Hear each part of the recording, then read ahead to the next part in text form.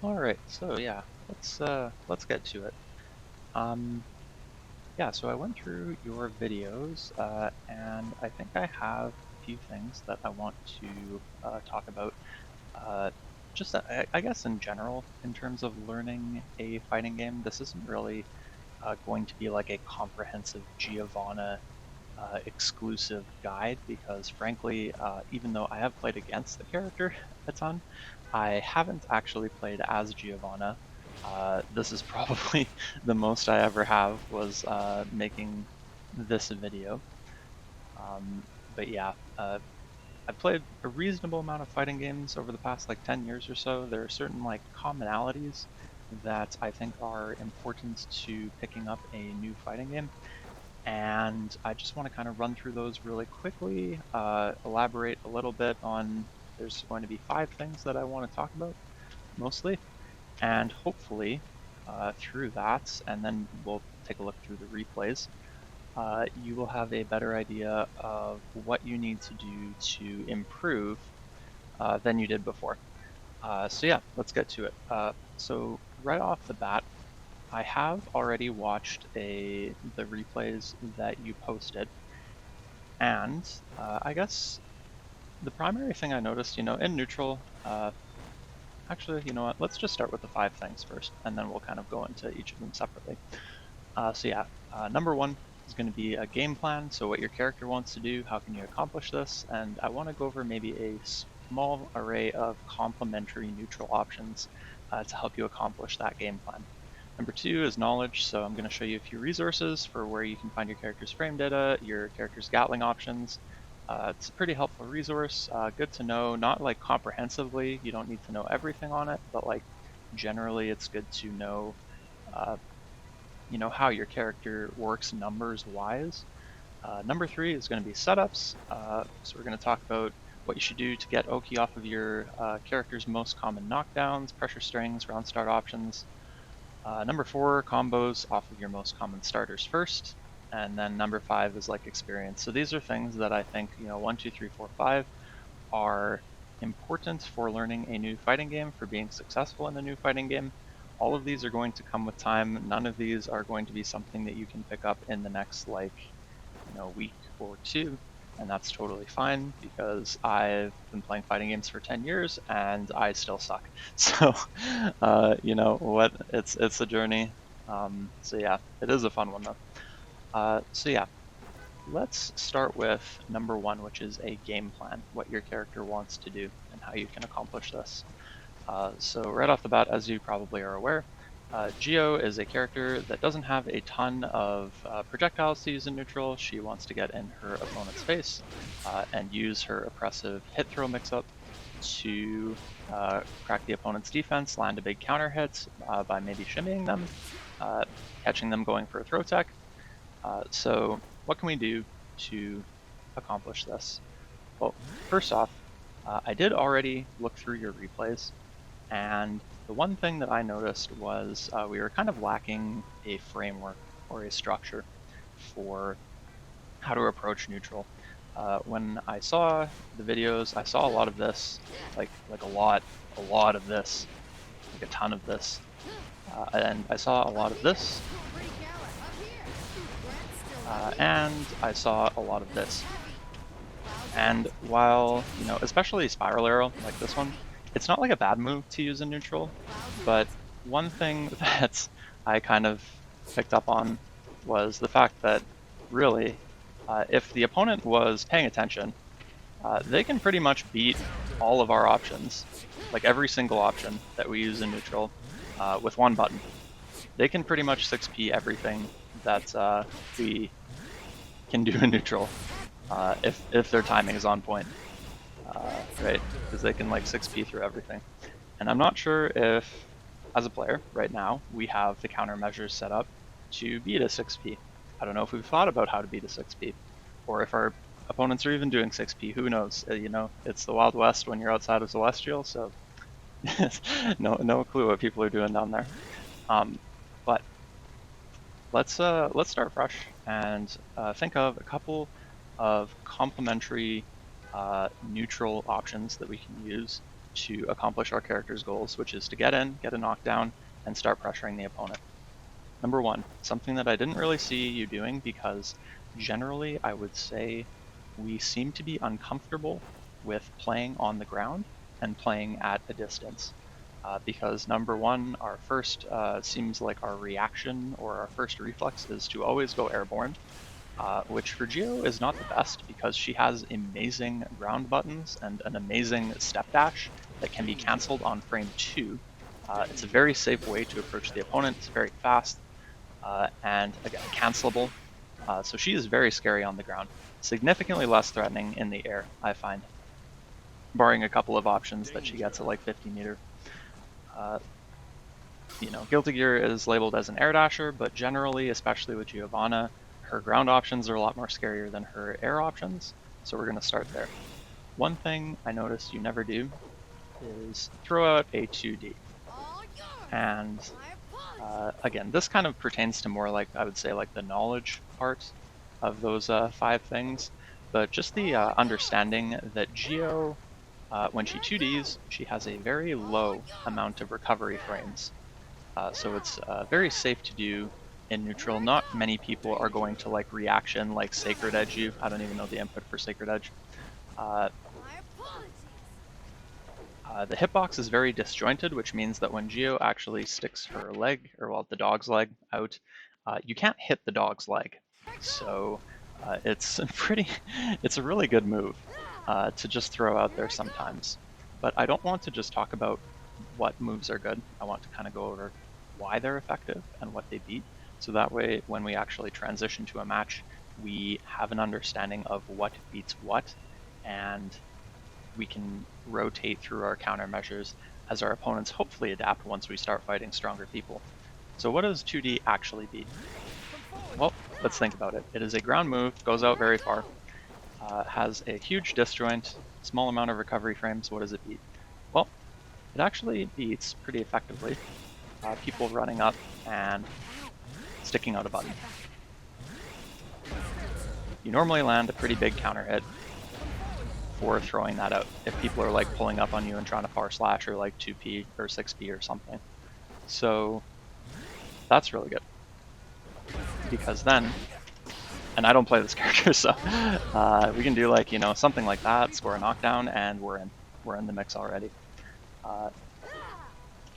So that is one neutral option that I don't think I've ever seen you use, and that's fine. I'm gonna double check that we're actually recording just because I am super paranoid. I've never used OBS before. Seems like we're good.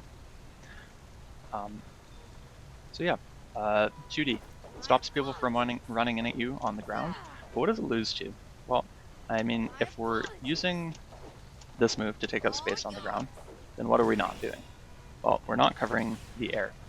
At least, we're not supposed to be covering the air. Geo 2D is sometimes a little silly, and sometimes it will anti-air. But, generally, if we're throwing out this move on the ground, that means we are not covering the air, which means that our opponent is free to IAD on us if they choose to do so. So, something you can't get predictable with, as is everything on this list. So what can we do to complement 2D? Well, one thing is our 6P. 6P is a very good anti-air. Geo's is also a very good counterpoke. We'll get into that in a second. But with Geo, if somebody is doing an air dash and we react to it, we can 6P it. So right away, we already have our first countermeasure, right? In neutral, we can stick out a 2D. Our opponents, if they are smart, are not going to want to run into this and die. So what are they going to do? Well, one thing they could do is air dash at us, and then we have our 6P ready.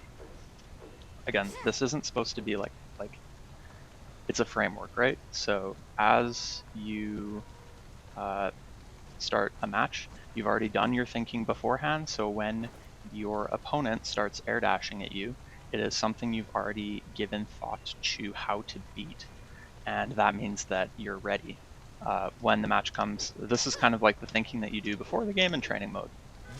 So yeah, that one was pretty deep, but yeah, 6P, anti-airs. It also, and this is more of a knowledge thing as well, is that 6Ps in Guilty Gear are not like 6Ps in Street Fighter, or anti-airs in Street Fighter, where their hitbox, Guilty Gear hitboxes are very misleading. Because even though it looks like Geo is punching and she's standing, the hittable part of Geo's model is like at her knees at this point. So 6Ps can also be helpful when opponents are throwing out their pokes, because 6Ps will just blow through them, because Geo's hitbox is actually far below Kyle's far slash. So it's also a good thing to do if your opponents like to, you know, just pressure you with the far slashes, even at a range like this. It can also go through stun edges, because again, your hurt box is recessed so far down that you can actually just 6P through it. So we have two things now. We've got our 2D, we got our 6P, which are very good for when our opponents are trying to get in on us. That is not always going to be the case, because some characters like Axel, like Happy Chaos, like Jacko, Zato, they don't really care if we do this over here, because they're not trying to get over here, at least not right away. We kind of have to come to them. So one other thing that I think we should try to implement into our game plan is using our step dash. And we can do that in a couple of different ways. We can just dash block. And by the way, if you haven't already, if you look at my little input display here, you'll notice that there's a running man, right? The running man means that I'm using the dash macro. If you do not have the dash macro bound, please bind the dash macro, because it is incredibly useful for a lot of different things. So yeah, where was I? Okay, step dashes. If we're trying to get in on a character who maybe wants to keep us out and we're the aggressor in the matchup, we can use dash far slash as a way to transition, you know, from full screen or almost full screen into a block string if the opponent hesitates. So once we have displayed that we can stop the opponent's like super layer 1 neutral options, the next thing we can do, if there is a moment where they have like a lapse in you know, in pressing buttons, we can do a dash far slash. And from a dash far slash, and this is something we'll talk about in a second, you can then transition into like a block string of sorts to maintain pressure or to punish the opponent for trying to mash out. Stuff like that. 1 second. So yeah, dash far slash. Of course, if the opponent is wise, the dash far slash does lose to people just throwing out buttons, right? Because we're trying to move in on them, so they can preempt the button with their own button or with their own 6P as well.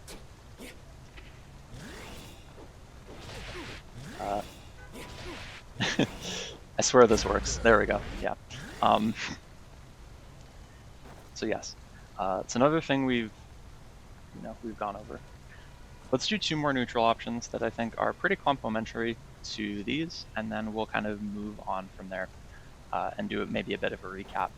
So the next thing, and you know, I don't want to say that jumping is always bad. So if our opponent is throwing out a fireball, let's go back to neutral. It can be a good idea to do a jump, to call it a projectile. I just don't want it to be purposeless jumping, because I think that Geo is at her scariest when she is on the ground. It's not never a good idea to jump, but I would say that we are jumping probably way more often than we need to in the match videos that I watched. So if you do have a Kyle player who is throwing some stun edges at you, and this is another thing, by the way, I don't like this move, JS. I don't think it's the best one for like an actual just jump in attack. I think that's probably JH is your best air to ground normal if you're not intending to cross up, and if you are, then you can do JK. But yeah, Like if you've got an opponent who's just throwing stun edges or who is throwing far slashes at you, then you can do an IAD-JH. You can even use the dash macro if you'd like, and you can call out their attempt to attack you from the ground. However, again, this does lose to somebody who is mindful and just pressing 6p, right? I think I might have done this a hair too early, but you get the idea, right? 6p is your universal lancier, so it will lose to that. And then I guess the last thing, and this one, if you don't use this one a ton, that's totally fine too, because it is a bit more technical to use. But if you've got an opponent who is using a lot of projectiles, you can spiral arrow through it. I'm not saying never do it, but I think we were doing it a hair too much in the games that we're watching, especially since there are a lot of characters who like to be in the air relatively frequently, so oftentimes this will whiff, but it can blow through projectiles, give you a nice fat counter hit punish if you do it correctly. Holy cow, I'm bad at this. There we go, and then you get a combo. So yeah, just to recap, which neutral options have we talked about? Well, if somebody's trying to pull up on us from the ground, we've got our 2D to throw out. I'm not saying you have to do it like this frequently, but you know, you can shake it up, do 2D, back and forth if you see they hesitate. Another one we talked about was 6B as our anti-air and counter poke for when the opponent is doing standing pokes that you can low profile with your 6P. Another one we talked about was dash far slash if the opponent is showing hesitation, or if they're not throwing out a ton of normals and they are on the ground, you can use that to pull up on the opponent and start your own offense. If the opponent is whiffing low pokes because they don't want to get 6P'd and they don't want to get dashed up on, or if they're just throwing fireballs, if they're pretty much doing like anything on the ground, you can do JH to smoke them as well. From a farther distance out, there is also Spiral Arrow was the last one I think that we talked about. And it is a bit riskier, you know, your opponent can 6P it because it is technically airborne for a few frames. It's not something you want to abuse, but it is okay to throw out every now and then because it is plus on block, which is another one of those, I guess, knowledge things that would be helpful to know. And yeah, let's move on from there, because this was already way longer than I intended it to be, I guess. Okay, number 2, knowledge, frame data, your character's Gatling options, etc. I am not going to say that you need to know everything about your character's frame data, but if you go to the Dustloop wiki for Giovanna, it seems to be reasonably well curated. It has all of Geo's frame data, and a lot of this stuff is pretty important. For example, you know, just understanding that Geo's 5K, I would say, is like 6 frames is good to know, because if you have an opponent who does a -6 move and they are in range of a 5K, then you can punish it with a 5K. Usually it's pretty good to know the startup of your moves and know which moves are safe on block, like, you know, your 5P is -2, this is -2, close slash is +3, that's pretty good. And a lot of them do have their write-ups, which kind of go into how to apply the move, so that can also be a helpful read. I'm not going to go over a ton of this in detail, but it is good to have a general idea, numbers-wise, how your character operates, so that you're not doing something like you know, your DP a ton on block because it's -15 or the like. Okay, number 3, setups. Oki off your most common knockdowns, pressure strings, ground start options. Let's talk about that for a quick second. So another thing I noticed when I was reviewing your footage is that you don't seem to have a handle on what to do when you actually get your game plan going. I saw a lot of times where you landed a knockdown like this, and then it was like you had no clue what to do with it. Sometimes you whipped another one, sometimes you like knocked it and then you backed up for some reason. There didn't seem to really be like an idea of what to do once you've actually gotten the hit. And let's just kind of go over what that could possibly look like, and then yeah, we'll take it from there. So once we've actually landed the hit, we've landed our counter hit 2D, we've landed our 6P in the axe kick, or our far slash 5H axe kick. What do we do now?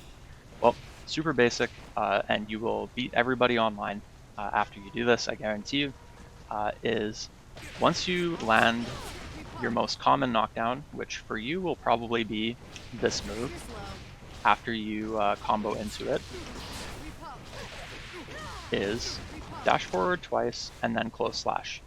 You can even use the dash macro to dash forward twice, just double tap it 1, 2, and then close slash them.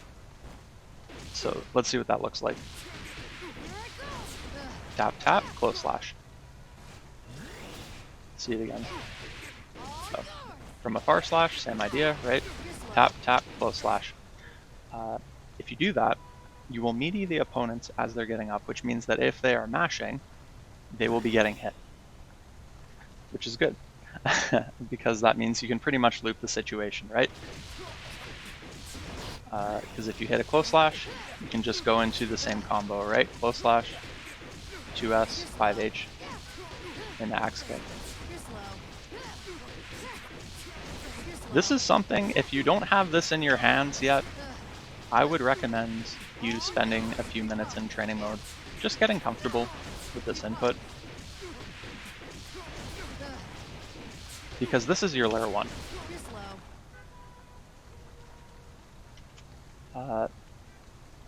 Let's see.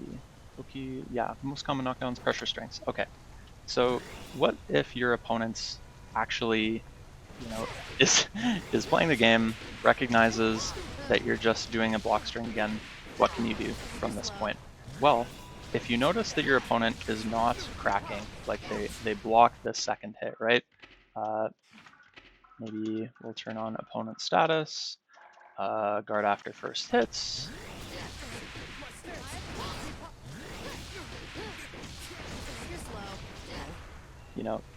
What do we do from there? Well, one thing we could do is dash up, close slash, and because it's +3, your opponent is still pretty not incentivized to press a button there, right? So you can just dash up and throw them, because Geo's dash is cancelable after the second frame. So even after a block close slash from a pretty far distance away, you can still dash in and do a throw to punish people who are respecting you. And honestly, from like at this point, you can probably beat a ton of players using and cycling through just those two options. Like, you land a knockdown, dash up, close slash, and if they block, your axe kick is -4, so you return to neutral, unless it's against Soul, and then he can actually punish you for ending a block string with axe kick, unfortunately, but he's the only one really. But if you notice your opponent is blocking your close slash, then what you can do instead is throw them. And you can even do that if your opponent is a little bit respectful, like after the second hit. It is a little bit riskier because after a 2S you are minus. However, your opponent is also kind of scared of you gatling into your 5H, which if they get hit by it, will hurt a lot. So yeah, it's definitely, those are two things that you can use off of your most common knockdown to, excuse me, I'm gonna take a drink. Okay, yeah. So yes, just cycling through those two options can be very helpful. Dash, dash, close slash, and you can throw them, and then you can just loop this series. Number 4, combos from your most common starters first. Focus on consistency and practicality over damage. So A lot of people think training mode is, the place to lab the super flashy combos, and that's kind of where it ends. But unfortunately, well, there are a lot of different ways to use training mode, and one of them, one of the most important ones, is to just use it to lab the most common situations that you're going to be in as a Geo player. One of which is just, converting your most common hits into a knockdown. So we've already done a few, right? We've done our bar slash 5H into axe kick, which is a combo. Another one that you're probably going to see pretty often, I'm going to set the counter hit to on, is landing a counter hit 2D. I am not going to pretend to know the ideal counter hit 2D combo. You might want to ping Liam on the Discord for that one, because this is definitely not it. It might be something like, maybe it's like this or something. I'm sure it's not that either, but you get the idea. You want something that is consistent, that you're able to do mid-match without having to think about it too much. And you want it to ideally lead you into a knockdown, into a situation where you can continue your offense. So a couple starters you probably want to lab are, counter hit 2D, your far slash into 5H into axe kick, your close slash into 2S into 5H into axe kick is also another good one. I believe you can also link, is it just 2K? Maybe that's all you can get off of that, but off of a spiral arrow, you can get a small combo as well. And off of counter hit 6P, you should be able to get an axe kick as well, but let's test. I'm sure you can get a lot more, dash dash, and you can also land a close slash. It's just slightly different timing. And this is just something that maybe you'll get more comfortable with as the weeks go on. But if there is a situation which you find yourself being in frequently in a match, and you do not know what the correct response is, you can always take it to training mode, because it's definitely useful for those contexts. Let's go on to experience. So matchup experience, situational awareness will be built over time, so don't focus on it too much. Let's see, how should I say this? Fighting games are always between two characters, right? But the character that is going to be seen the most frequently by you is obviously the character you're playing. So investing a lot of time at the beginning into Giovanna as a character, just figuring out how she works, it makes perfect sense. But eventually, and kind of concurrently as you're doing this, you're also going to be learning about other characters as well. For this point, I don't think it is super necessary to focus on matchup-specific tech for any particular character, just because I do believe that improving your own knowledge and execution with Geo is going to give you the best results right away. And then after we have a solid framework and a solid understanding of Geo's tools, how to apply them, it's really then that I would say it would be more helpful to transition into, okay, how does Geo fight Axel? How does Geo fight Anji? And the like. And then number 6, defense. Of course, defense is hugely the mysterious 6th point of 5. Defense is hugely character specific, but as a general rule, I focus on FD until they get pushed out, and then you can do one of a few things to take your turn. I'm just going to demonstrate really quickly what I mean, but if you have an opponent who's kind of pressuring you with normals, you can use FD to push them out like that. If you see, they whiffed a 5H, and because I was holding FD, I can actually punish them with a dash far slash. This is a pretty simplistic application because once you've established to your opponent that you are FDing, they're probably, if they're good, going to be less willing to do a full block string like that, or they might do things like, you know, try to reset pressure like that.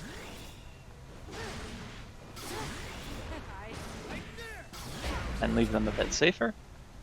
But the situation still stands, I think, that you want to get into the habit of FDing because it does push your opponent out and give you more space to do a few different things. You can do a dash button, you can air dash out of the corner. You can, if you want to be really spicy, you can throw your opponent into the corner. I don't recommend doing this a ton, but it is something to get into the habit of, because one thing I did notice watching the videos is you usually had an abundance of meter. It seemed like you didn't have a good outlet for how to use it. A few that I'll go over, like, again, super briefly, is if you go into a block string and you are going to be minus, you know, and you want to take another turn, you can RC to... Braindead is now playing Hello Charlotte. Excellent. Great job, Stu. You can RC that button to take an extra turn, and then maybe do something different if you notice that your opponent's defensive tendencies are something that you're able to pick up on, and they're not being super unpredictable with it. So yeah, I think that what I'll probably do is let's take that knowledge and apply it to those videos. But before we do that, I'm going to stop the recording because this is getting pretty long, and then I'm going to make another video just kind of going through those. So 1 second.